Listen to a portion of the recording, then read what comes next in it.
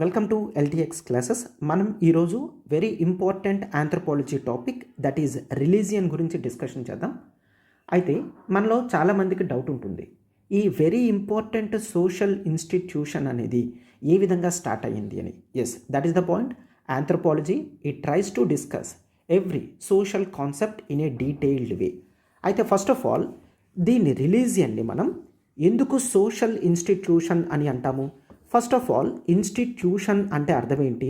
Institution అంటే well established practices. Clear? Well established ప్రాక్టీసెస్ని institution అని అంటాం.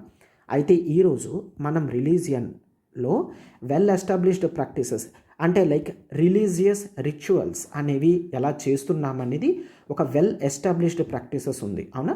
సో అందుకని రిలీజియన్ని ఒక ఇన్స్టిట్యూషన్ అని అంటాం. అండ్ ఇది సోషల్ ఇన్స్టిట్యూషన్ అంటాం, ఎందుకంటే ఇది సొసైటీలో ఉన్నది కాబట్టి సోషల్ ఇన్స్టిట్యూషన్ అని అంటాం. అయితే coming to the part of origin, there is one important theory that is called the manaism. Manaism అని చెప్తాము by E B Tylor. E B Tylor one of the important anthropologist. అయితే ఇతను మనాయిజం అనే కాన్సెప్ట్ని చెప్పారు. మనాయిజం అంటే ఏంటి? మన అంటే సోల్, నథింగ్ బట్ పూర్వీకులు ఎవరైతే ఉన్నారో వాళ్ళు మన, నథింగ్ బట్ సోల్ని బిలీవ్ చేసేవారనమాట.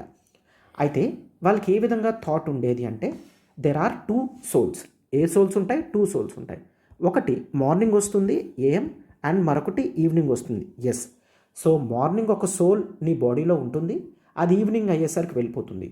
ఈవినింగ్ వేరే సోల్ నీ బాడీలోకి ఎంటర్ అయ్యి వస్తుందన్నమాట. మార్నింగ్ సోల్ మళ్ళీ నీకు ఎర్లీ మార్నింగ్ కల్లా రావాలి.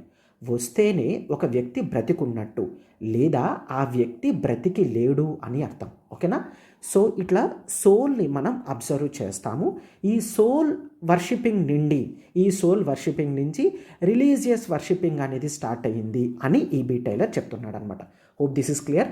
ఇట్లాంటి కాన్సెప్ట్స్ అనేవి మనం ఆంథ్రోపాలజీలో ఇంకా చాలా డిస్కషన్ అనేది చేసుకుంటాం. దీంతో మీకు సోషల్ పర్స్పెక్టివ్స్ అనేవి కూడా బిల్డ్ అవుతాయి. ఎగ్జామినేషన్కి కావాల్సినట్టుగా కూడా మనం డిస్కషన్ అనేది చేస్తాం. Okay, thank you.